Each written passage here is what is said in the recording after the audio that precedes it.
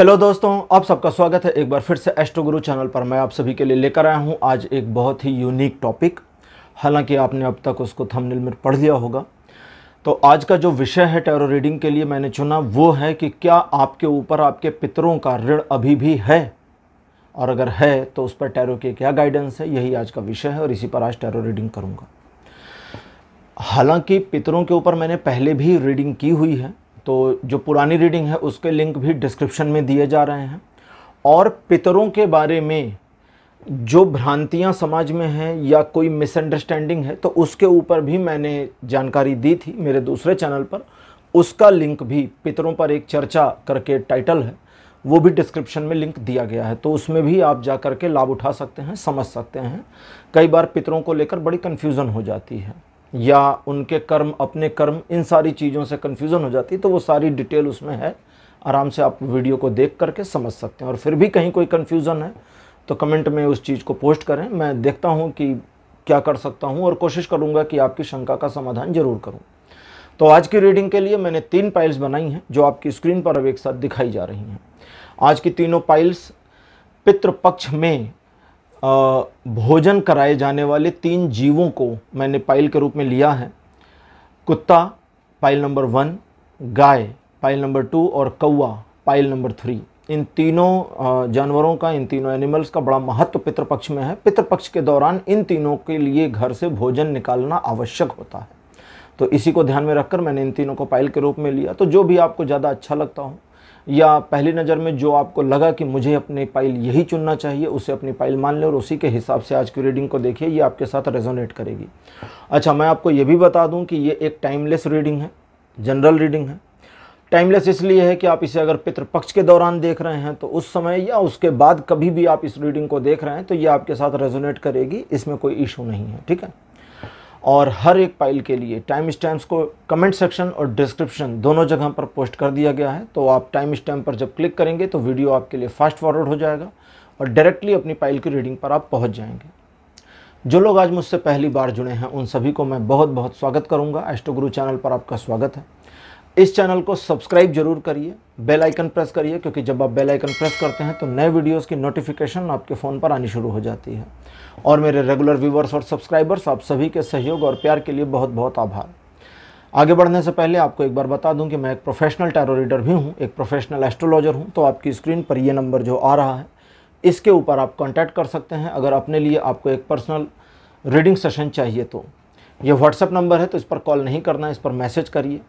Message के through आपको सारी इन्फॉर्मेशन मेरी असिस्टेंट प्रोवाइड कराएगी और आपकी हेल्प करेगी मेरे साथ आपके सेशन को बुक करने के लिए। तो चलिए आज की रीडिंग को शुरू करते हैं और आपकी पाइल में मिलते हैं।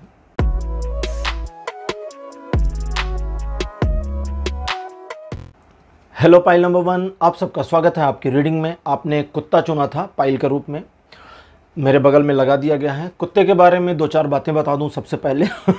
बोलने में बड़ा बुरा सा लगता है शब्द कुत्ता, लेकिन क्या करें। अब उसको यही कहते हैं, इस जानवर का नाम ही कुत्ता है। शनिदेव का वाहन माना गया है, या शनिदेव के मतलब जब शनि भगवान की पूजा वगैरह की जाती है या भगवान शनि से रिलेट करके भी देखा जाता है कुत्ते को। तो कुत्ते को खाना खिलाना, कुत्ते को भोजन खिलाना या कुत्ते से रिलेटेड कई सारे रिचुअल्स किए जाते हैं शनि और केतु ग्रह दोनों को मैनेज करने के लिए, ठीक है। केतु के मामले में भी कई बार कुत्ते को प्रयोग किया जाता है। अच्छा, आज की रीडिंग को अब शुरू कर रहे हैं। और पितृपक्ष में भी कुत्ते को भोजन कराना बड़ा पुण्य का काम माना जाता है, ठीक है। उसका रीज़न क्या है वो भी आप समझे। कुत्ता जल तत्व का प्रतिनिधित्व करता है। प्रकृति में 5 तत्व होते हैं, तो उनमें से जल तत्व का जो प्रतिनिधित्व है वो कुत्ते के पास है। तो इसलिए एक रीज़न ये भी है। आज की टैरो रीडिंग के लिए मैंने टोटल इंडियन डेक्स ली हैं, गॉड्स एंड गॉडेस, और साथ ही साथ में गीता टैरो डेक। तो इन्हीं से आज रीडिंग करने वाला हूँ। सबसे पहले गॉड्स एंड गॉडेस देखते हैं आपके लिए क्या इन्फॉर्मेशन आती है।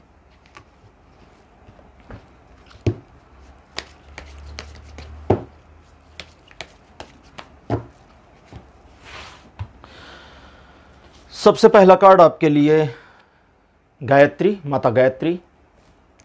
सेकंड पोजीशन पर आपके लिए जो कार्ड है ये हैं बलराम। भगवान बलराम के बारे में बता दूं, इनको शेषनाग का अवतार और भगवान कृष्ण का बड़ा भाई के रूप में जानते हैं। दुर्गा कार्ड नंबर 3 और भगवान विष्णु का वामन स्वरूप कार्ड नंबर 4 के रूप में, और आपके लिए लास्ट कार्ड भगवान बुद्ध। तो 5 कार्ड्स आपके लिए आ गए हैं। Gods and goddess tarot deck से पाइल नंबर 1 आज का हमारा विषय है कि क्या आपके ऊपर अभी भी पितरों का ऋण है बचा हुआ। तो उसके जो यहाँ पर मेरे पास पहली लाइन का 1 लाइनर आंसर आया है वो है कि हाँ है, लेकिन ये आपको नुकसान नहीं पहुँचा रहा। ये भी बात आप समझें। देखिए, पितृ ऋण होना कभी कभी बड़ी नुकसानदेह स्थिति को जन्म दे देता है।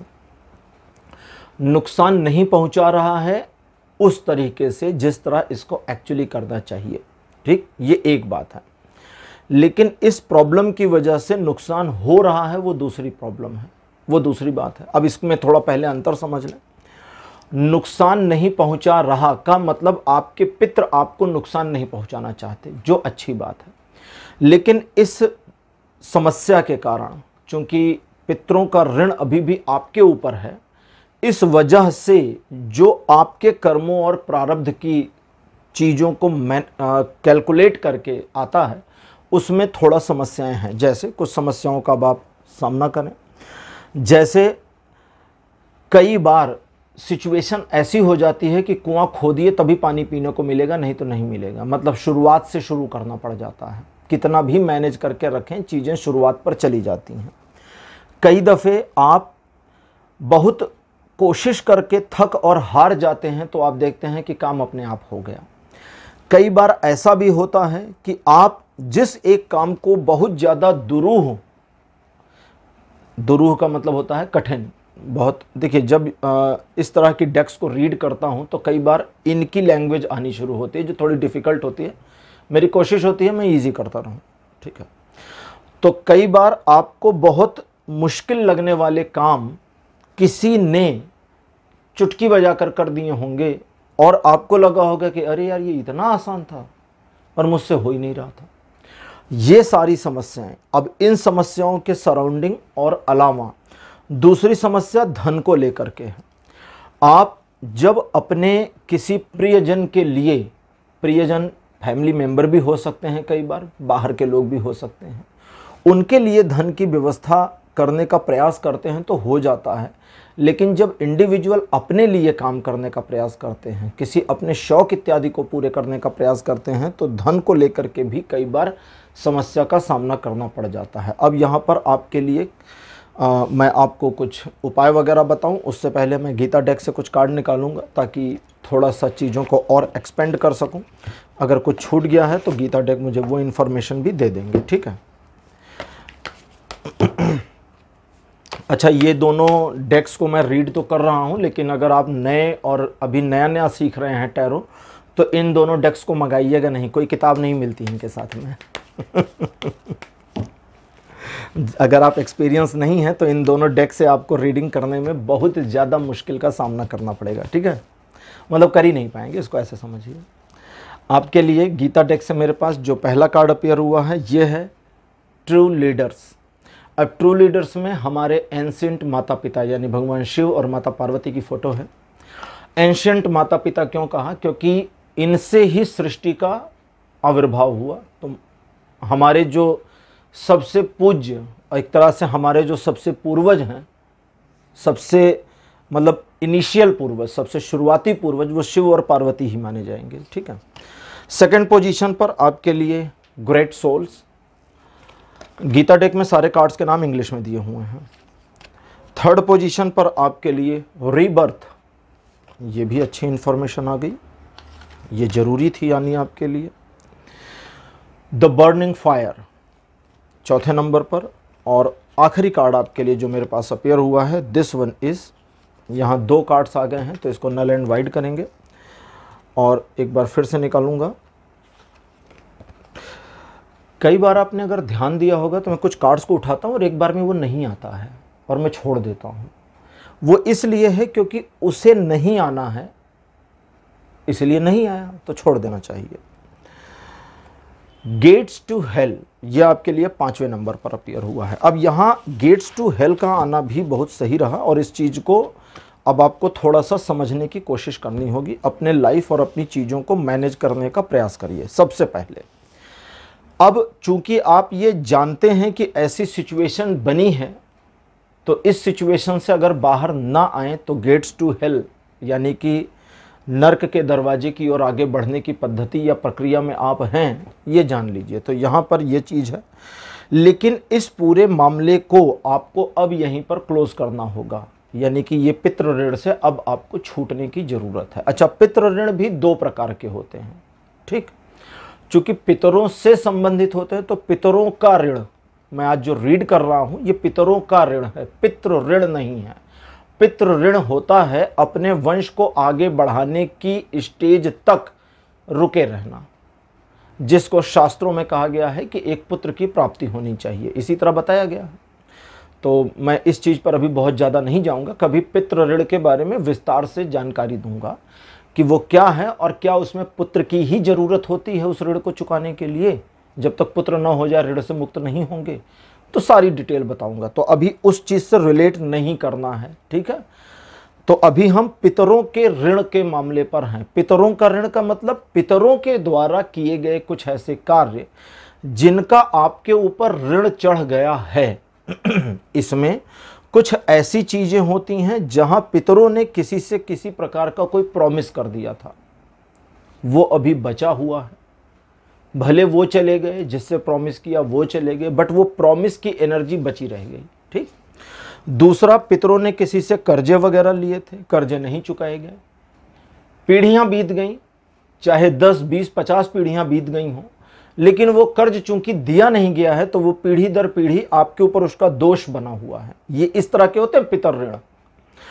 पितरों को किसी के लिए कुछ करना था, बात दिल की दिल में रह गई, दबी रह गई, एक इंटेंशन थी, वो वाली इंटेंशन नहीं है कि आपने टीवी पर किसी को परेशान देखा और सोचा यार मैं इसके लिए कुछ कर सकता और फिर प्रोग्राम खत्म, बात खत्म। ये वो वाला नहीं, ये इंटेंशनली है, किसी को टारगेट करके, किसी पर्सन के साथ कनेक्ट होकर के, एक कंपैशनेट कंडीशन में आकर के, मर्सी वाली नहीं।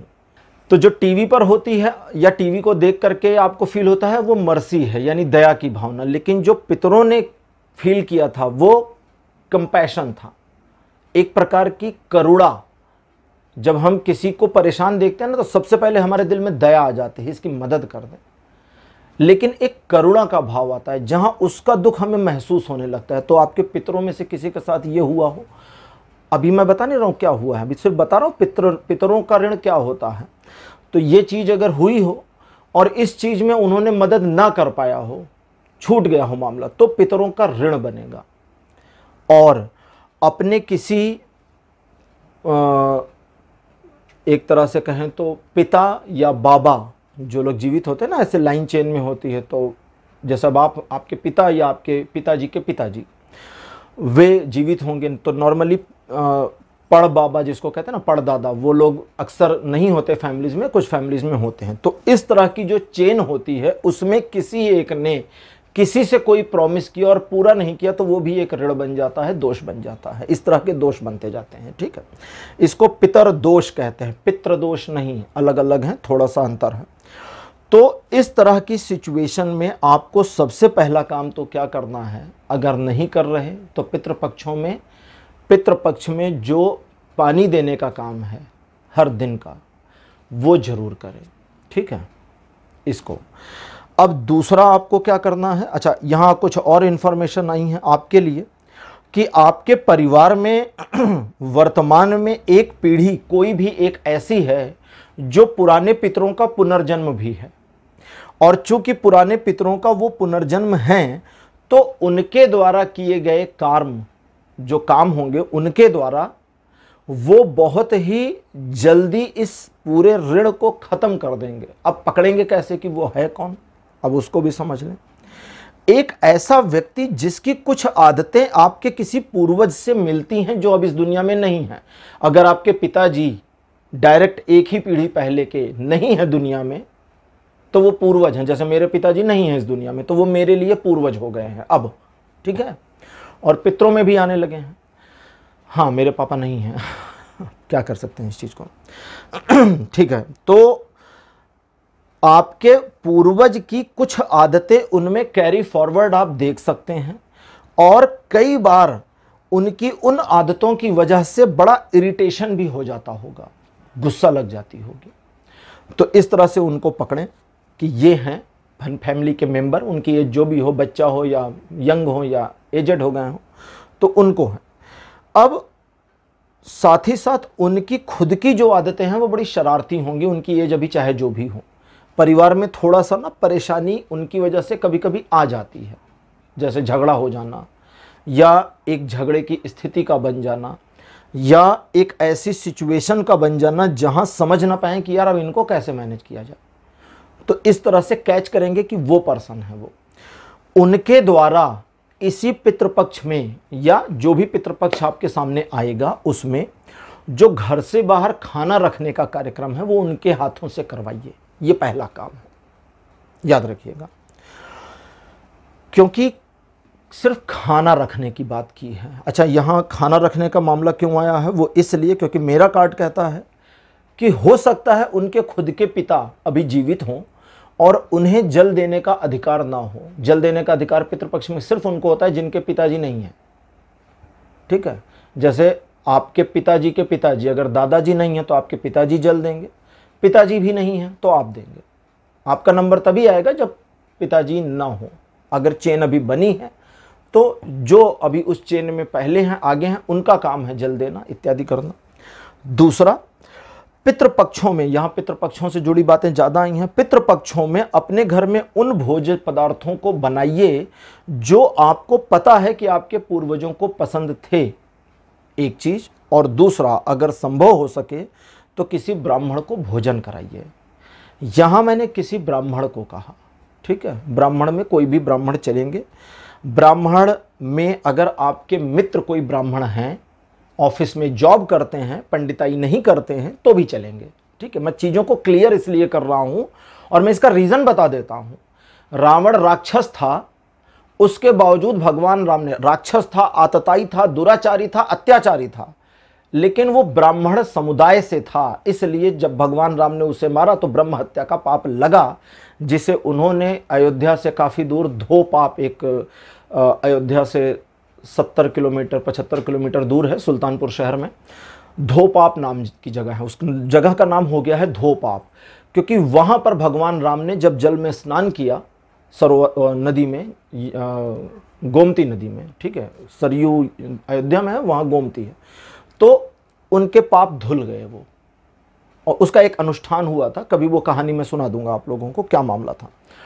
तो कहने का मतलब अब आप समझ गए होंगे, ठीक है। तो इस तरह से चीज़ों को मैनेज करना है, और इन पितृपक्षों में अपने पितरों की चॉइस की चीज़ों को बनाना, ग्रहण करना और किसी ब्राह्मण को खिलाना। तो अब समझ गए हैं कि ब्राह्मण कोई भी चलेगा, वो कर्मकांडी हो या जातिगत ब्राह्मण हो तो भी चल जाएंगे, इस काम के लिए चलेंगे। अच्छा, एक चीज़ और, अगर आपके जानकारी में, अब यहाँ पर जो चीज़ आ रही है उसको भी समझें, अगर आपकी जानकारी में आपके घर में श्राद्ध कर्म नहीं हुआ है, या जब होता है ना, जब कोई किसी की मृत्यु होती है तो पिंडदान का श्राद्ध कर्म किया जाता है, अगर अभी आपके जो पिताजी दादाजी जीवित हैं और आपकी जानकारी में अभी घर में श्राद्ध कर्म नहीं हुआ है। अच्छा, यहाँ जब मैंने कहा आपकी जानकारी में, तो अब आपको जाके पिताजी से नहीं पूछना है, क्योंकि पिताजी को पता है कि जब दादाजी गए थे तो मेरे पिताजी ने किया था, तो उनकी जानकारी में है। लेकिन आप अगर आज रीडिंग देख रहे हैं तो स्पेसिफिकली आपकी जानकारी में अगर नहीं हुआ है तो आने वाले समय में कोशिश करिएगा कि किसी भी एक पितृपक्ष के दिन पिंडदान का छोटा सा श्राद्ध कर्म करवा लीजिए। ये अभी एक और चीज़ बता दे रहा हूँ, जरूरी नहीं भी है, ये पेंडिंग डाल सकते हैं, ठीक है, तो पेंडिंग भी डाल सकते हैं। अब अगली चीज़ और सबसे आखिरी चीज़ वो ये है कि ठीक है, वो ये चीज़ है कि आपको शिव मंदिर में दान करना है। दान, अब दान में क्या करेंगे, दान में थोड़ा सा भोज्य पदार्थ, भोज्य पदार्थों में कच्ची चीज़ें दी जाती हैं, जैसे वो व्रत वगैरह में महिलाएं निकालती हैं ना, कुछ चीज़ें पॉलीथीन वगैरह में पैकेट वगैरह में बांध देते, कहते जाइएगा पंडित जी को दे आइए, तो वैसी चीज़ें महिलाएं तो आराम से समझ गई होंगी क्या है। तो उस तरह से भोज्य पदार्थ जिसमें एक व्यक्ति के भर का भोजन कम से कम हो और कुछ दक्षिणा अपने हिसाब से थोड़ा सा बढ़ा करके। अब थोड़ा सा बढ़ाना क्या है, मान लीजिए आपने एक एक्स अमाउंट को सोचा, मैं बिल्कुल पैसों की बात नहीं कर रहा, एक एक्स अमाउंट सोचा कि इतना दे सकते हैं, उस उतने में 11 रुपए और ऐड कर दीजिए, बढ़ गया थोड़ा सा, ठीक है, कम से कम ही बता रहा हूँ चीज़ें ताकि ज़्यादा ना हो। और साथ ही साथ, अच्छा ख़त्म नहीं हो रहा मामला और साथ ही साथ एक छोटा सा काम और करना है, वो ये कि सोमवार के दिन 3 सोमवारों को अपने घर में गंगा जल का छिड़काव कर दें पूजा करने के बाद, और पूजा करिएगा सुबह 8 बजे से पहले पहले कंप्लीट कर लीजिएगा ये सारा काम, ठीक है। बस इतना करें, इतनी चीज़ों से आपको पितरों के ऋण से छुटकारा मिल जाएगा। और जब ये छुटकारा मिलेगा तो आपको सिम्टम कैसे मिलेंगे, अच्छा ये जो लाभ मिलेगा ये 3 महीने 4 महीने बाद दिखना शुरू होगा। सबसे पहला लाभ आपकी तरक्की में दिखेगा, आपके घर में जो धन की आवक है या पैसों की बरकत है वो बढ़ जाएगी, और उसी से आपको पता चलेगा कि ये सबसे पहला सिम्टम है। बाकी तो घर में गृह कलेश का कम होना, सुख शांति का बढ़ना, वो सब अलग चीज़ें हैं। या जैसे किसी के विवाह में बड़े समय से अड़चन आ रही है, नहीं हो रहा तो लग जाना, वो सब आगे चलेगा। सबसे पहला 3 से 4 महीने में आपको जो फल मिलेगा वो है आपके घर में धन की आवक का बढ़ जाना, और इसी से आप जान जाएंगे कि ये काम कर गया जो आपको मैंने बताया। थोड़ी सी डिफ़िकल्ट रीडिंग भी थी, मैं रीड करते हुए इस चीज़ को फेस कर रहा था, और डिफ़िकल्ट का मतलब होता है कि कठिन चीज़ें आ रही थी, आसान नहीं आ रही थी कि आपको एक बार में याद रह जाए, भूल जाएंगे, तो दोबारा देख लीजिएगा, ज़रूरत पड़े तो वीडियो को सेव कर लीजिए अपने फ़ोन में, ठीक है। तो पाइल नंबर 1 आपके लिए रीडिंग यहीं पर क्लोज़ कर रहा हूँ। आज की रीडिंग आपको कैसी लगी, अपने एक्सपीरियंस, अपने अनुभव कमेंट सेक्शन में ज़रूर लिखिए। इस वीडियो को लाइक करिए, शेयर करिए, इसको शेयर करिए, बहुत सारे लोगों का फ़ायदा हो सकता है, और चैनल को सब्सक्राइब करना मत भूलिएगा। अगले वीडियो में फिर मिलूँगा, बाय बाय।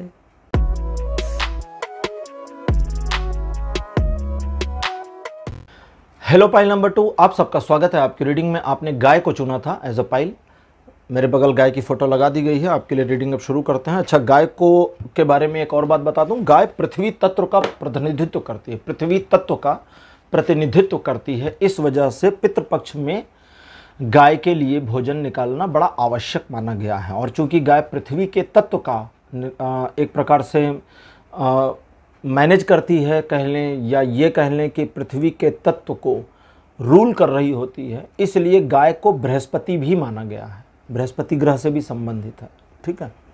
और इस वजह से गाय को खाना देने से बृहस्पति ग्रह से संबंधित समस्याओं में, पीड़ाओं में बहुत रिलीफ भी मिल जाता है। बहुत सारे लोग इसलिए करते हैं इस चीज़ को। चलिए अब आपके लिए रीडिंग शुरू करते हैं। और आज मैंने पूरे इंडियन डेक्स लिए हैं, gods and goddess and Gita deck.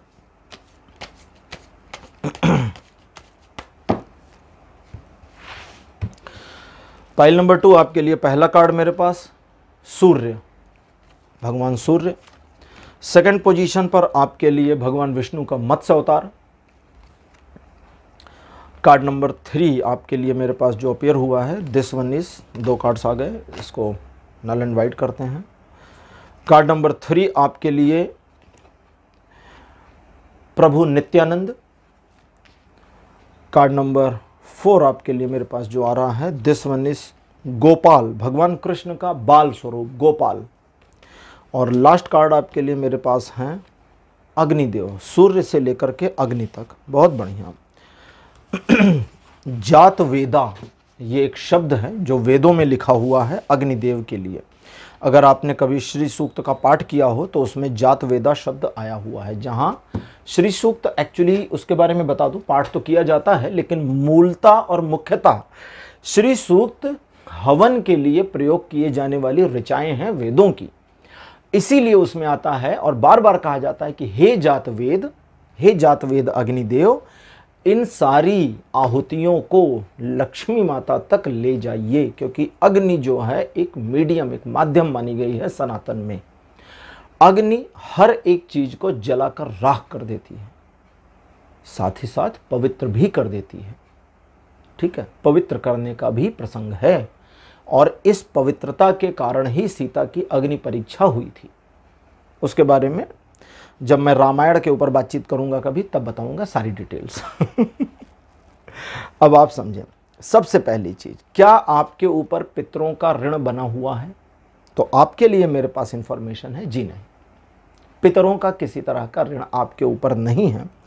यह ऋण था जरूर, आपसे पहले किसी पीढ़ी ने इसको अपने तक रोककर चीजों को मैनेज करके समाप्त कर दिया, लेकिन आपके जीवन में कुछ ऐसी चीजें हैं जो आप मैनेज नहीं कर पा रहे।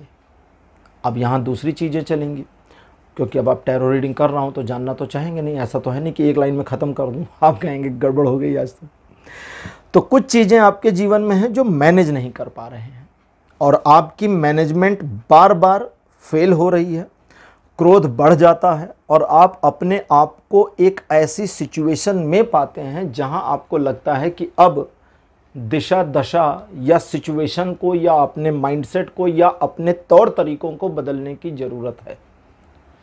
तो तौर तरीके को बदलने की ज़रूरत तो है, बाकी कुछ बदलने की ज़रूरत नहीं है। सबसे पहले ये समझें कि इस पूरे मामले में आपके भटकाव की वजह से आप सफलता नहीं पा रहे, और जो ये सफलता नहीं मिल रही इसमें आपके कर्मों का बहुत दोष है। किसी ने एक वीडियो फॉरवर्ड किया था प्रारब्ध और कर्म के बारे में मुझे, आज मैंने वो पूरा वीडियो देखा है, अभी उसके बारे में नहीं कहूँगा। मेरे दूसरे चैनल पर प्रारब्ध और कर्म, इसको मैं डिटेल में बताऊंगा और समझाऊंगा। उस वीडियो में हालांकि जो ज्ञानी पुरुष थे वो बड़े बढ़िया तरीके से समझा रहे थे, लेकिन शायद कुछ चीज़ें समय का अभाव या ये कहें कि वे जितना जानते थे उतने ज्ञान को कहना मुश्किल हो रहा था। ज्ञानियों के साथ ये बहुत बड़ी समस्या हो जाती है कि वो कैसे कहें, शब्द नहीं मिलते कई बार। तो ये समस्या सबसे पहले हुई थी, मतलब मेरी जानकारी में, भगवान रामकृष्ण परमहंस जी को। रामकृष्ण परमहंस भगवान जो थे, इनको भगवान कहते हैं। भगवान इसलिए कहते हैं क्योंकि वे एक ऐसी भगवत्ता को प्राप्त हो गए थे, एक ऐसी स्टेज पर थे अपने लाइफ में, एक जिसको हम कहते हैं ना कि कुंडलिनी के सातों चक्र जागृत हो चुके हैं। तो उस तरह से वे भी एक अपने आप में प्रबुद्ध बुद्ध, एक तीर्थंकर जैसे बन गए थे, इसलिए उनको भगवान रामकृष्ण परमहंस कहते हैं। लेकिन उनका जो ज्ञान था वो बाहर नहीं आया, उन्होंने प्रवचन नहीं दिए, बोल नहीं पाए। जैसे मैंने एक बार बताया था ना, भगवान बुद्ध के शिष्यों में हजारों को ज्ञान प्राप्त हो गया था, लेकिन किसी ने नहीं कहा, क्योंकि ज्ञान प्राप्त होना और उसे कहना दोनों अलग अलग चीज़ें हैं। तो भगवान रामकृष्ण परमहंस का सारा ज्ञान विवेकानंद के मुंह से निकला है, जबकि विवेकानंद बुद्धता को, यानी कि उस परम टॉप लेवल को उपलब्ध नहीं हो पाए थे, कुछ कैटेगरीज रह गई थी, जिसका प्रमाण भी है। प्रमाण ये है कि भगवान रामकृष्ण परमहंस ने उनकी समाधि की दशा को छीन लिया था और कहा था कि तुम्हें अभी समाधि लगाने नहीं दूंगा, मैं तुम्हें वापस कर दूंगा समाधि लगाने को। समाधि से हटा दिया था, च्युत कर दिया था। खैर वो अलग बात है। तो आपके लिए, आपके जीवन में कुछ ऐसे कर्म जो वर्तमान में आपके द्वारा सोचे हुए किए जा रहे हैं और कर चुके हैं, उनकी दोषों की वजह से और उन गलतियों की वजह से आप वर्तमान में इस सिचुएशन का सामना कर रहे हैं, जहां कई मामलों में आप अभी भी शुरू कर रहे हैं और अभी भी शुरू करके आगे जाने की स्थिति मुझे बहुत अच्छी नहीं दिखती है। तो इस पूरे मामले में थोड़ी और जानकारी लेते हैं गीता कार्ड से। देखते हैं कि और क्या इन्फॉर्मेशन आपके लिए आती है।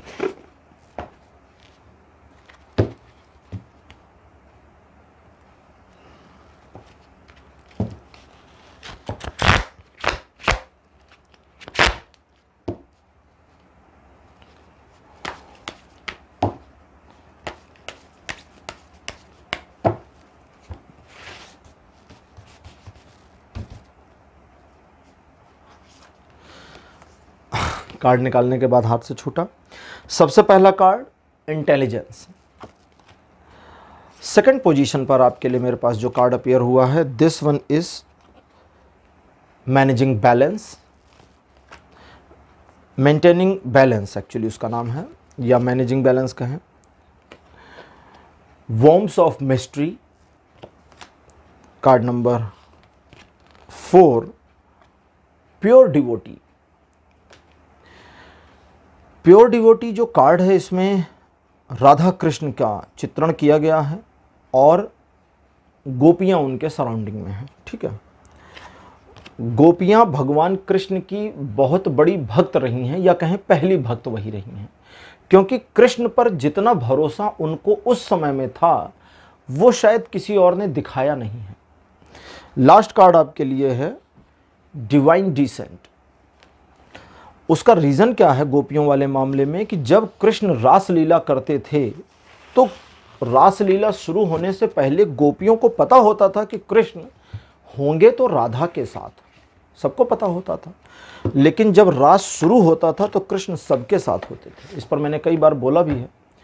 एक ही समय में हर एक गोपी के साथ कृष्ण होते थे। कृष्ण मल्टीप्लाई नहीं हो जाते थे, अलग अलग इतने ढेर सारे स्वरूप नहीं बना लेते थे। कृष्ण इतनी समग्रता से रास में नृत्य करते थे कि किसी को कभी एहसास नहीं होता था कि वे उनके साथ नहीं हैं। जब वे पूर्णता में आएंगे, जब मैंने उपनिषद में बताया है इस चीज़ को, उपनिषदों की व्याख्या जो की है उसमें भी बताया है कि कोई चीज़ अगर कंप्लीट है तो उसकी कंप्लीटनेस का एहसास होगा। ठीक है, इसीलिए जब ईश्वर अवतार लेते हैं तो वो अपने आप में इतना परिपूर्ण होता है कि हमें पता चल जाता है कि ये सामने वाला इंसान नहीं है, ये भगवान है। ठीक है, अब यहाँ पर हम कुछ और चीज़ें समझें। आपके लिए जो मेरे पास कार्ड्स आए हैं उसके अकॉर्डिंग सबसे पहली चीज़ ये समझें कि अगर आप अपने जीवन में चीज़ों को मैनेज या बैलेंस करने की असफल कोशिश लगातार कर रहे हैं तो वो कोशिश बंद कर दें। क्यों?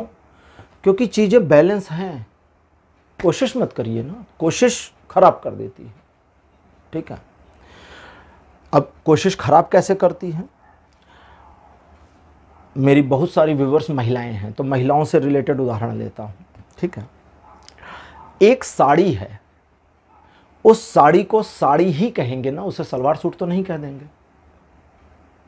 कपड़ा भले ही दोनों है। चलिए दूसरा उदाहरण, रोटी पका रहे हैं, तवे पर रोटी डाली है, अब कितना भी प्रयास कर लें, कुछ भी कर लें, वो पूड़ी नहीं बन सकता। क्यों? क्योंकि उसको अब रोटी ही बन जाना है। तो उस रोटी को पूड़ी बनाने का जो प्रयास है ये बुद्धूपना है।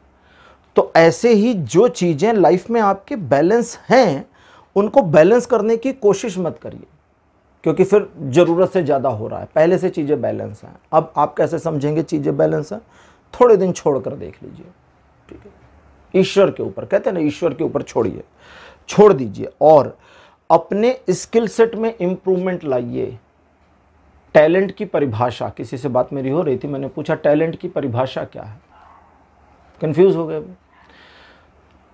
किसी चीज को सही तरीके से ऑपरेट करना भर ही टैलेंट होता है और कुछ नहीं होता है। टैलेंट कुछ खास नहीं होता। आप चीजों को ऑपरेट कैसे करते हैं? अर्जुन धनुष और तीर को ऑपरेट बहुत अच्छा करते थे, यही उनका टैलेंट था। भीम गदा को बढ़िया ऑपरेट करते थे, ये उनका टैलेंट था। ठीक, तो ये टैलेंट है।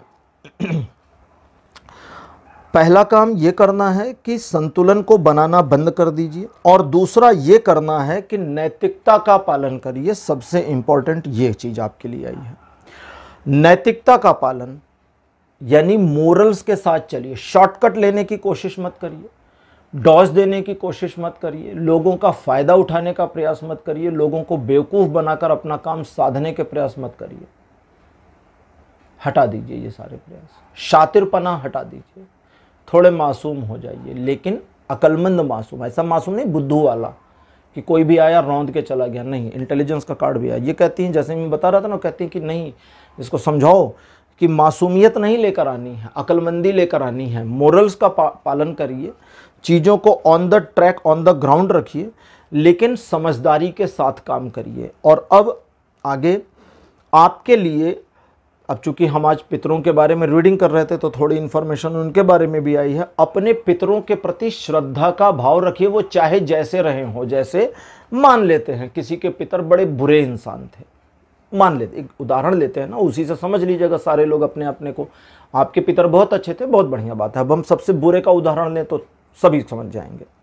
मान लीजिए कहते हैं कि किसी के पितर बहुत बुरे थे, तो वे जो भी थे, जैसे भी थे, पास्ट वाज खत्म हो गया ना, शरीर चला गया, नष्ट हो गया, उसे अग्नि के हवाले भी कर दिया, जला डाला या कुछ रिचुअल्स में दफनाया गया होगा, तो व्हाटएवर जो भी किया, शरीर तो गया ना, गल गया, खत्म हो गया, मिट गया।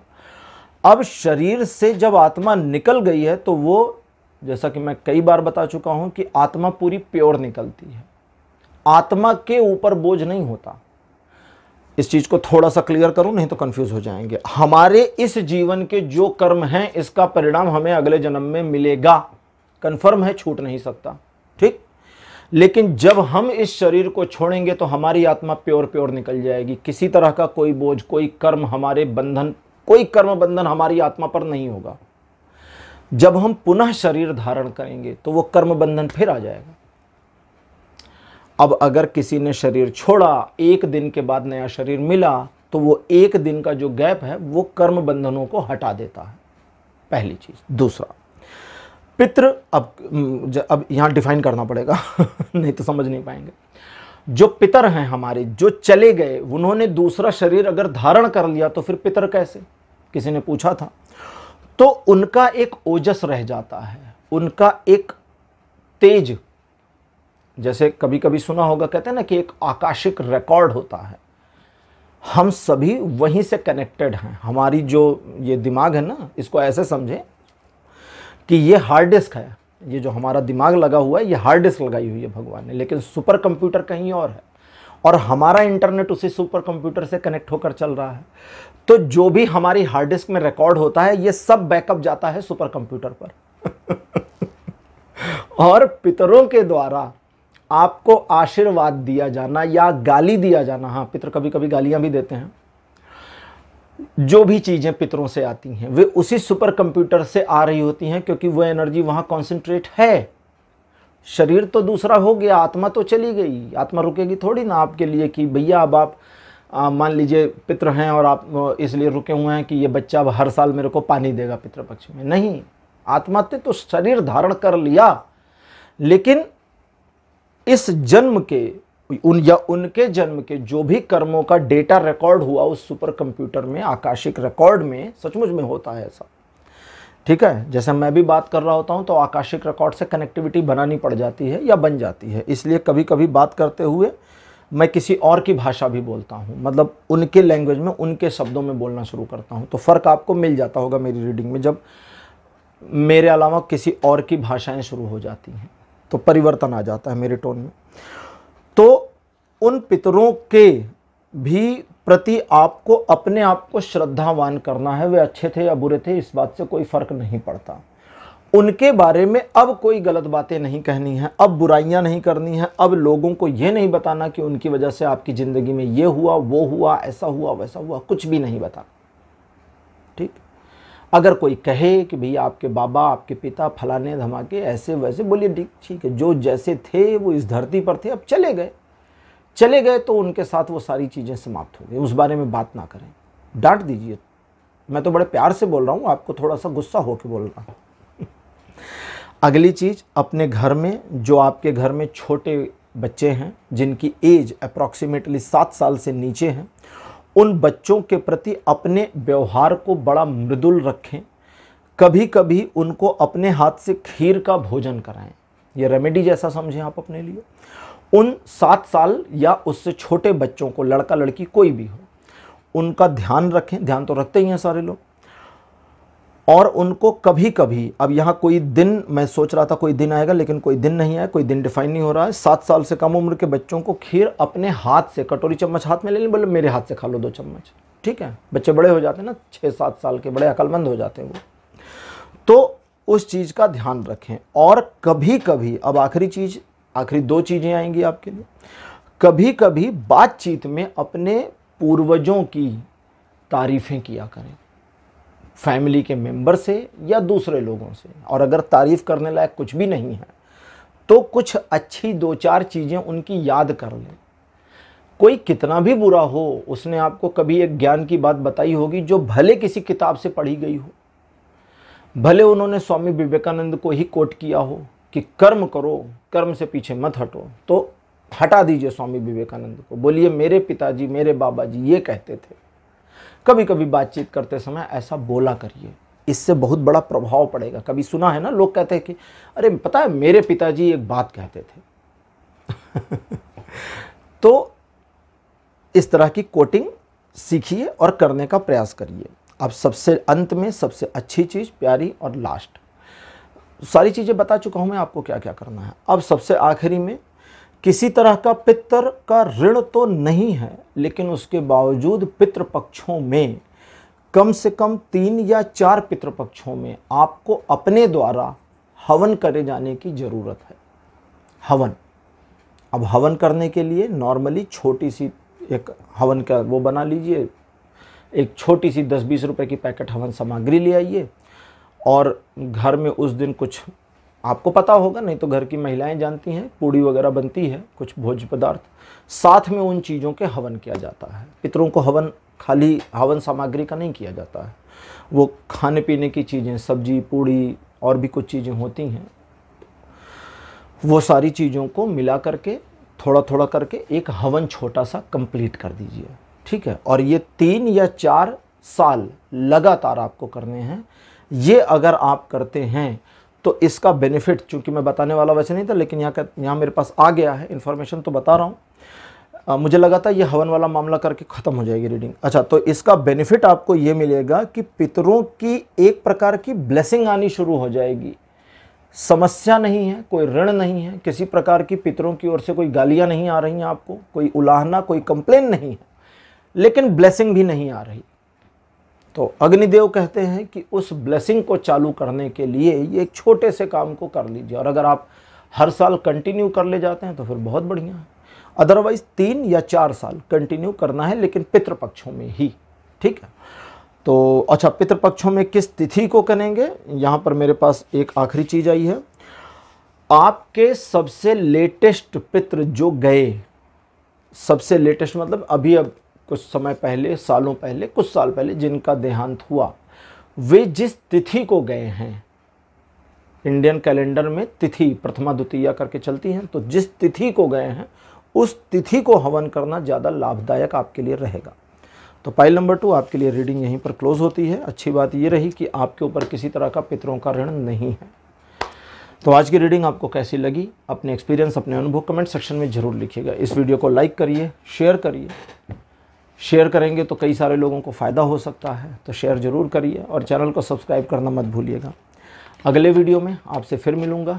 Bye bye.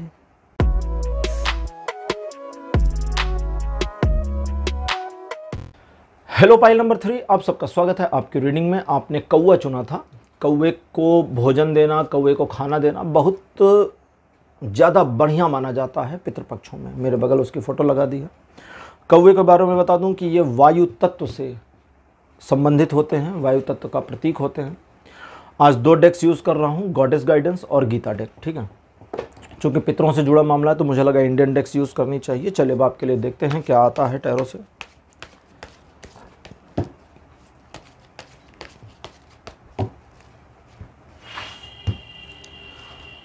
पहला कार्ड आपके लिए मेरे पास जो अपेयर हुआ है, this one is Bhadrakali.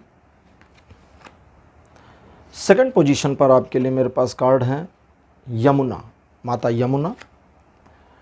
Card number 3 आपके लिए कूर्म, भगवान विष्णु का कूर्म अवतार, जो कि दूसरा अवतार माना गया है। 4th नंबर पर आपके लिए माता गायत्री। और आपके लिए मेरे पास लास्ट में सबसे अंतिम कार्ड है श्री राम, भगवान राम का। पितरों का ऋण बना हुआ है और पितरों के ऋण को चुकाए बिना आपको जाना नहीं है, क्योंकि ये ऋण, मैंने क्यों कहा जाना नहीं है, जाना नहीं है का मतलब हुआ, जाना नहीं है का मतलब आपको इस संसार से नहीं जाना है, इस ऋण को ख़त्म करके जाना है, क्योंकि इस बार ये आपकी ड्यूटी में शामिल है। भगवान राम के ऊपर एक रीडिंग करनी है मुझे, लेकिन अभी उस रीडिंग को रोक के रखा हुआ है, और उसका रीज़न ये है कि अभी भगवान राम की परमिशन नहीं है। मैं अक्सर हर 1-2 दिन पर सोचता हूँ, लेकिन अभी परमिशन आ नहीं रही है। जब तक परमिशन नहीं आएगी रीडिंग नहीं करूँगा, और ये पोस्टपोन होती जा रही है लगातार लगातार लगातार।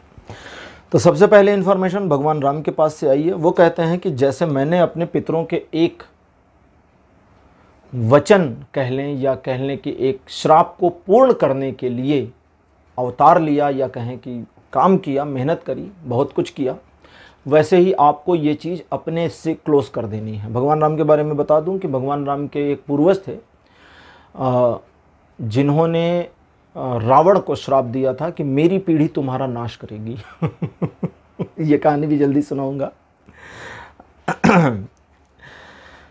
ठीक है, कहानियों के बारे में आपको बता दूं कि मेरा एक और चैनल है जिसका लिंक नीचे डिस्क्रिप्शन में दिया है, जिसका नाम है एस्ट्रो गुरु कृष्णा। ठीक है, तो उस चैनल पर मैं कहानियाँ डालता हूँ, तो आप लोग अगर देखें, कहानियाँ हैं और उपनिषद हैं और भी ज्ञान की चीज़ें थोड़ी मोड़ी जो मुझे ज्ञान है उसको शेयर करता हूँ, वो उस पर देख सकते हैं। तो पहली बात तो पितरों का ऋण हाँ बना हुआ है, इसके लिए आपको कुछ काम करने की ज़रूरत है और कुछ चीज़ें आपको मैनेज भी करनी है, क्योंकि पितरों ने आपके कुछ ऐसे बड़े महत्वपूर्ण कार्यों को किया था जिसकी वजह से कई सारी चूक भी उनसे हो गई। यहाँ कोई गलती वलती नहीं है उनकी। चूक का मतलब जैसे कुछ मामले में कुछ एक पीढ़ियाँ आपकी ऐसी थीं, अब आपको अगर पता हो अपने पूर्वजों के बारे में तो आप उस चीज़ को रिलेट कर सकते हैं, जिनके पास, अब कहते हुए बड़ा बुरा लग रहा है, बहुत गरीबी का अनुभव था, बहुत ज़्यादा गरीबी का। और उस गरीबी वाली सिचुएशन में कई बार ऐसी भी परिस्थितियाँ आईं जहाँ ये सोचना उनको पड़ा कि घर के सदस्यों के भोजन की व्यवस्था कैसे होगी। तो उस समस्या से निपटने के लिए भी उन्होंने बड़ी मेहनत करी, उन्होंने बड़े काम किए, अपने आप को झोंक सा दिया, झोंक दिया, समझ गए होंगे। और उस झोंक देने में उनसे कुछ चीज़ें छूट गईं। देखिए, अब इस चीज़ को मैं डिफाइन करता हूँ। यहाँ मेरे पास यमुना, कूर्मा 2 कार्ड हैं जो, अच्छा भद्रकाली का भी है। ये तीनों कार्ड्स जो इन्फॉर्मेशन दे रहे हैं वो कहते हैं कि वे थी तो गलतियां, लेकिन उनकी उस सिचुएशन में उन्हें हम छूट जाना कहेंगे।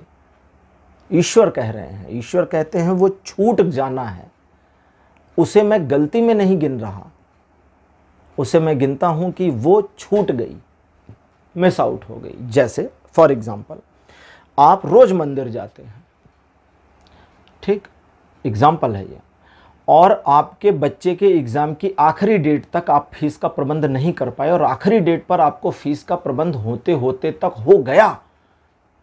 अब आप सुबह सुबह मंदिर जाएंगे कि फीस जमा करने? मैं तो कहूँगा भागिए, फीस जमा करके आइए।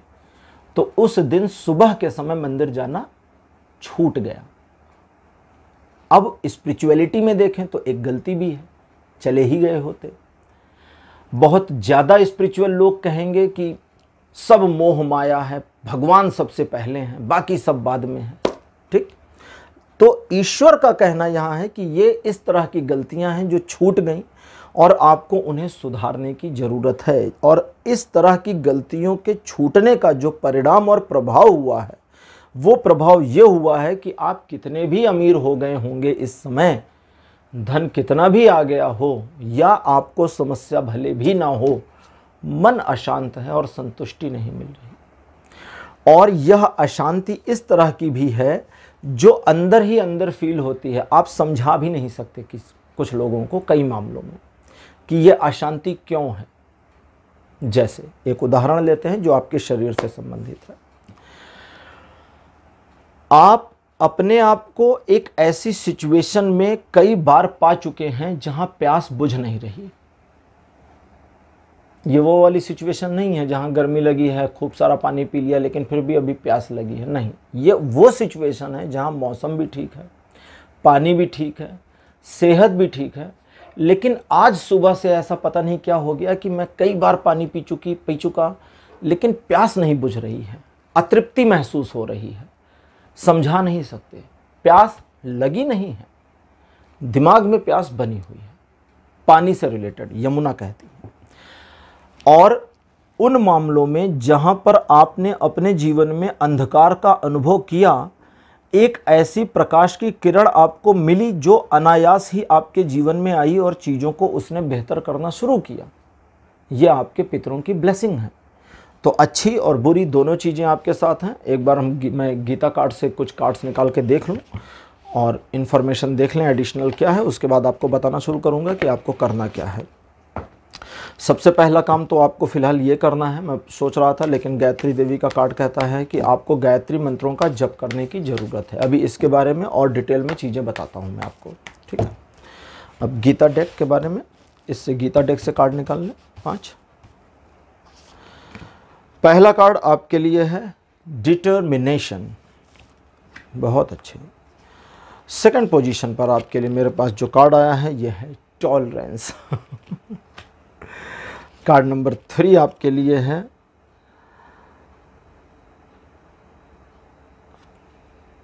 ओम। लिखा है इस कार्ड का नाम सैक्रेड ओम। यही मैं देख रहा था ओम के पहले सैक्रेड क्यों लिखा है। खैर, ओम इस कार्ड का नाम है सीधे सीधे। फोर्थ पोजीशन पर आपके लिए है बियॉन्ड रिलीजन, बहुत बढ़िया। बियॉन्ड रिलीजन का अर्थ होता है धर्म से अलग या आगे, और इसके भी 2 मायने होते हैं, पॉजिटिव और नेगेटिव। और अंतिम कार्ड आपके लिए है 3 मूड्स, 3 अलग अलग मूड्स, यानी कि एक तरह से समझें तो विचार कह लें, परिस्थिति कह लें, कुछ भी कहें। चलिए अब बताता हूँ। सबसे पहला काम आपको ये करना है कि गायत्री मंत्र का एक जप आपको रेगुलराइजेशन में करना है। जप की संख्या क्या होगी इसको मैं सोच रहा था बताऊंगा, लेकिन यहाँ जो माता जी का कार्ड मुझे इन्फॉर्मेशन देता है वो कहता है कि ये इसको खुद डिसाइड कर लेने दो। ये कहती हैं ये डिसाइड कर लेगा या कर लेगी, और इसका मन जितने जप करने का प्रतिदिन करता है कम से कम वो उसे उतना करना चाहिए, अधिकता में नहीं जाने की ज़रूरत है। बड़ी बढ़िया बात बताई इन्होंने। जैसा कि मैं अभी कुछ देर पहले कह रहा था कि कभी कभी ये बोलते हैं तो भाषा अलग हो जाती है और प्रारूप अलग हो जाता है। तो ये कहती हैं कि गिनती खुद से डिसाइड करने दो आपको। अब एक एग्जाम्पल लेके चलेंगे क्योंकि हम एग्जाम्पल से जल्दी समझते हैं। अगर आपने सोचा कि भाई मैं ना 1000 मंत्रों का जप रोज करूं, तो यहां मामला रोज का है, डेली का है। किसी दिन रिश्तेदार के घर भी जाना हो सकता है, किसी दिन ट्रेन पकड़ने भी हो सकती है, समझ गए, किसी दिन तबीयत भी खराब हो सकती है। तो माता कहती हैं ये करना तुम्हें डेली है, इसलिए न्यूनतम गिनती को डिसाइड कर लो। 1 भी चलेगा, 1 भी चलेगा, लेकिन जो भी करना है वो बड़े प्यार से, इत्मीनान से और श्रद्धा लगन के भाव से करना है। बुदबुदा के भाग नहीं जाना है। जो भी आप डिसाइड करें, 11, 21, 108, 51, 1, मुझे नहीं लगा था यहाँ 1 आएगा। खैर ठीक है, अब उनकी अपनी मर्जी है, वो जो कहती हैं मान लें। ये कहती हैं न्यूनतम को डिसाइड कर लो और उसी न्यूनतम गिनती पर रेगुलर कंटिन्यू करने का प्रयास करना है, लेकिन पूरी श्रद्धा और लगन भक्ति के साथ। कम से कम 5, 7, 1, 11, 21, 31, 41, 51, ऐसे मिनिमम में कम से कम इतना, ठीक है, ज़्यादा से ज़्यादा नहीं लगना, और उस पर कंटिन्यू करने की ज़रूरत है। साथ ही साथ आपको अपने पूर्वजों के प्रति, पूर्वज कौन होते हैं? जो चले गए, जिनका देहांत हो गया, भले आपके पिताजी हों, भले उनका देहांत 1 साल पहले या अभी कुछ समय पहले या कुछ साल पहले हुआ हो, ठीक है। अगर वे अब इस दुनिया में नहीं है तो आपके पूर्वज हैं, ठीक। पूर्वज का मतलब ये नहीं होता जो 200 साल पहले थे। पूर्वज मतलब जो चले गए, चाहे जब गए, वो गए, दूसरे दिन से आपके पूर्वज बन गए। तो भगवान राम का कार्ड है जो यहाँ पर इन्फॉर्मेशन दे रहे हैं कि मतलब एक इन्फॉर्मेशन आती है इनकी साइड से। एग्जैक्टली भगवान राम की इन्फॉर्मेशन नहीं आ रही, उनकी साइड से आ रही है। अभी भगवान राम मुझसे बातचीत नहीं कर रहे हैं, समय है उसमें, कभी करेंगे, देखते हैं। तो यहाँ इन्फॉर्मेशन है कि आपको अपने पूर्वजों के प्रति श्रद्धावान और श्रद्धा युक्त होने की ज़रूरत है, और साथ ही साथ इस पूरे मामले में कुछ ऐसा करने की भी ज़रूरत है जो आपको आपके बंधे बधाए रूटीन से अलग निकाल ले जाए, ठीक है। पितरों के मामले में बने बनाए रूटीन से अलग निकाल ले जाए। जैसे हो सकता है आपके पितरों ने एक रिचुअल बनाया हो कि फला चीज़ को नहीं करना है या फला चीज़ को करना है, आपको वो ठीक नहीं लगता, उसे परिवर्तित कर दीजिए। परिवर्तित कैसे करेंगे? अब इसमें एक उदाहरण हम लेते हैं। जैसे बहुत सारे लोग होते हैं मंदिर नहीं जाते, क्यों? क्योंकि पिताजी भी नहीं जाते थे। पिताजी क्यों नहीं जाते थे? कि भगवान तो हमारे दिल में होते, मंदिर जाने की क्या जरूरत। आप भी नहीं जाते तो रूटीन को तोड़ दीजिए। पिताजी रोज जाते थे, पिताजी बिना मंदिर जाए भोजन नहीं करते थे, तो आप उस रूटीन को ब्रेक कर दीजिए, कभी कभी कर लीजिए, डेली की ज़रूरत नहीं है फिर आप। ठीक है, दोनों चल रहे हैं, आगे पीछे दोनों। एक एग्जाम्पल हुआ, आपके घर में भगवान बहुत ज़्यादा हैं, भरमार कर रखी है आपने, हर दीवार पर भगवान को लगा रखा है, मंदिर में इतने भगवान भर गए हैं कि अब एक और छोटी सी मूर्ति रखने की जगह नहीं बची, और ये काम बड़े लंबे समय से परिवार में चला आ रहा है। तो किसी अच्छे दिन जैसे दशहरा इत्यादि आते हैं, या गणेश प्रतिमा के विसर्जन के दिन आते हैं, ऐसे कुछ अच्छे दिन आते हैं, ठीक है, जिन दिनों में आप मूर्तियों को विसर्जित कर सकते हैं। जैसे दीपावली के बाद, दीपावली के दिन गणेश लक्ष्मी की मूर्ति जब लगाते हैं तो पुरानी वाली को हटाते हैं, तो उसमें आप दूसरे भगवान को भी हटा सकते हैं। विसर्जन के प्रावधान हैं, कोई समस्या नहीं है, कोई भगवान आपसे रुष्ट नहीं होंगे।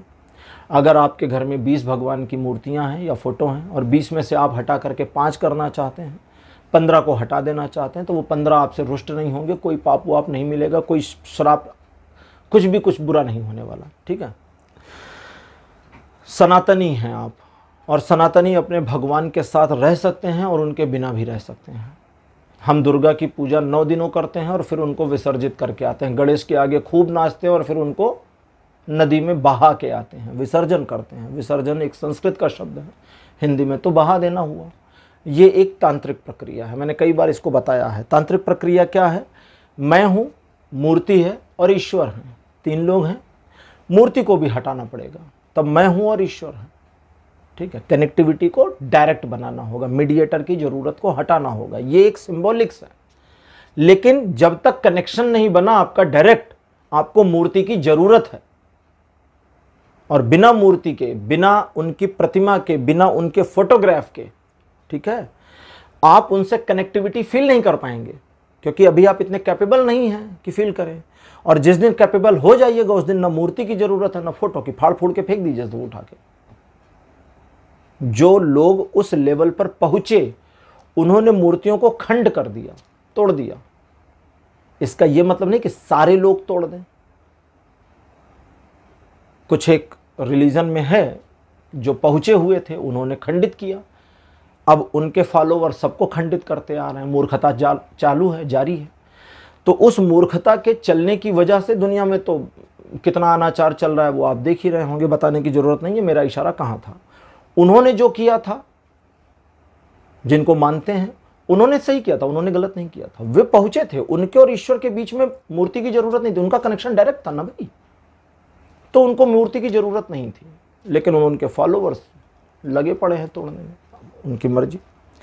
तो उन मूर्खों को पता ही नहीं कि वो कर क्या रहे हैं। ठीक है, उस चीज पे नहीं जाएंगे, अब इस विषय पर वापस।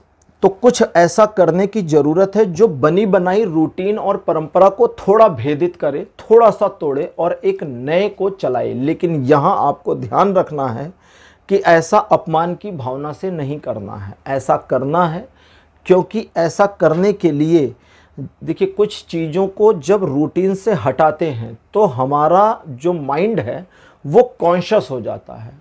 जैसे रोज़ सुबह उठिए, आलू की रोटी और सब्जी, आलू की रोटी कह रहा हूँ, आलू की सब्जी और रोटी खाइए रोज़ सुबह, डेली 30 दिन लगातार करिए। ऊब जाएंगे, थक जाएंगे, दुखी हो जाएंगे, उस खाने को देख करके मन करेगा उठाकर फेंक दें। ठीक है, क्योंकि वो रूटीन बन गया है। तो रूटीन को तोड़ने की जरूरत है। तो इस चीज को समझें। जैसे एक रूटीन होता है कि सनातनी अपने घर में भगवान की पूजा करते हैं, लेकिन जब पितृपक्ष आते हैं तो पूजा पाठ बंद हो जाता है। दिया अगरबत्ती जलाना, फूल चढ़ाना, भगवान को प्रणाम करना, सब बंद, रुक जाता है। नहीं करते, कोई भी सनातनी नहीं करते। या उनके घर में छोटे बच्चे हैं तो उनसे कहते तुम जला दो, हम नहीं जलाएंगे। नहीं देखते भगवान की ओर।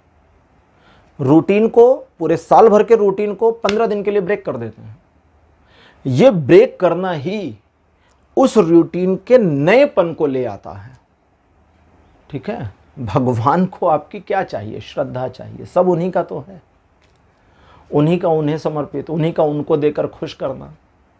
ये तो वैसे ही हुआ ना कि मेरी जेब से 10 रुपये निकाले और मुझे ही दे दिए, भाई साहब ये 10 रुपये ले लीजिए, खुश रहिए। मुझे पता है यार ये मेरा ही था, क्या खुश कर रहे हो, पागल हो क्या? तो भगवान को भी पता है कि तुम जो भी कर रहे हो, जो फूल चढ़ाते हो वो भी मेरा, धूप चढ़ाते हो वो भी मेरा, हवन करते हो वो भी मेरा, सब तो मेरा ही है ना। तुम्हारा क्या है? जो मैंने नहीं दिया वो है श्रद्धा और भक्ति की भावना। ठीक है, तो इसीलिए कहते हैं ना भगवान श्रद्धा के भूखे हैं, आपकी भक्ति के भूखे हैं, उनको ये रिचुअल्स नहीं चाहिए। तो गायत्री मंत्र का आपको मिनिमम जाप करना है, इस चीज़ को समझें। अपने बंधे बधाए रूटीन से थोड़ा आगे जाना है और अपने घर में, ठीक है, अपने घर में जो वातावरण है उसको गरिमामय बनाना है थोड़ा सा। अब गरिमामय कैसे बनाएंगे? इसके लिए 2 तरीके हैं, उसको आप ध्यान से समझ लें। सबसे पहला, सुबह सुबह की आपकी पूजा समाप्त होने के बाद में अलथी पलथी मार करके, यानी कि पैरों को मोड़ करके, पद्मासन में नहीं, पलथी मार के बैठ जाइए। शांति से हाथ कहीं भी रखिए, ऐसे रखिए, हाथ जोड़ दीजिए, ऐसे कर लीजिए, मर्जी आपकी है। और एक बार इत्मीनान से धीरे धीरे प्यार से ओमकार का जप कर लीजिए, ओम। और ओ को खींचिए, यानी कि एक बार का जो ये जप है, अगर ये आधे मिनट चलता है तो बढ़िया, 1 मिनट खींच सकते हैं तो अच्छा, 2, 3, 4 मिनट खींच सकते हैं एक ही बार का तो और अच्छा। इसे गुंजित होने दीजिए, गूंजने दीजिए। दूसरा, अगर ये नहीं कर सकते तो चैंटिंग ओम की लगा लीजिए, यूट्यूब पर मिल जाएगी, और उसे सुबह सुबह घर में 2, 4, 5 मिनट बजा दीजिए। ठीक है, स्वर लहरियाँ चाहिए ओम की, बस। अब वो आपके मुंह से निकले या आपके मोबाइल फ़ोन पर से निकले, यूट्यूब से निकले, वो दोनों चलेगा। इस पूरे मामले में आपके द्वारा चूँकि पितरों का ऋण बना हुआ है, लेकिन इस तरह का नहीं बना हुआ है जिसके लिए आपको किसी श्राद्ध कर्म की या पिंडदान की ज़रूरत पड़े। तो छोटे मोटे से कर्म आपको करने हैं। और अगर अब यहाँ कंडीशन आई है सिर्फ उन लोगों के लिए जिनके सारी चीज़ें ठीक चल रही हैं, बस केवल एक यश का मामला, फेम का मामला फंस गया है, कुछ भी करें नाम नहीं होता, वैल्यू नहीं होती, गिनती नहीं हो रही, तो सूर्य को जल देने की ज़रूरत है हर रविवार को, याद रखिएगा। अगर आप रोज़ कर सके तो बहुत अच्छा, अदरवाइज संडे इसको कंटिन्यू कर लीजिए, तो बहुत सारी चीज़ों में बदलाव आ जाएगा। और ये छोटी छोटी चीज़ें जो मैंने आपको बताई हैं, यही इतना अगर आप करते हैं तो श्री राम की तरफ से मैसेज फिर, और ये मैसेज है कि आपके द्वारा किए गए इन छोटे उपायों से आपके पितरों के जो ऋण बने हुए हैं आपके पूरे परिवार पर, वो समाप्त हो जाएंगे। लेकिन अभी एक चीज़ और, अब क्लोज कर रहा था अगली इन्फॉर्मेशन बढ़िया आ गई है। फैमिली के किसी मेंबर को फोर्स नहीं करना है, ठीक है, ये आपको करना है। छोटे छोटे उपाय बताए मैंने आपको, अगर आप महिला हैं या पुरुष कोई भी हैं तो आप ये कर सकती हैं। इसमें कोई भी ऐसा उपाय नहीं जो सिर्फ लड़कों वाला हो, ठीक है, तो लड़कियां भी इस उपाय को कर सकती हैं, अपने परिवार से रिलेटेड उस दोष को अपने समय से खत्म कर सकती हैं।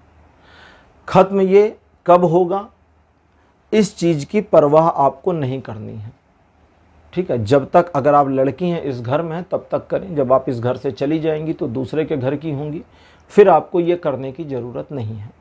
और अगर आप पुरुष हैं, लड़का हैं, तो ये आपको कंटिन्यू करना चाहिए। बड़ी छोटी छोटी प्यारी प्यारी चीज़ें हैं, लाइफ टाइम करिए, अच्छी चीज़ें हैं, बहुत बदलाव आएगा जीवन में।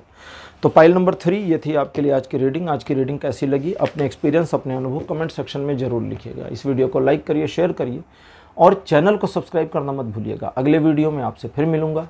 Bye bye.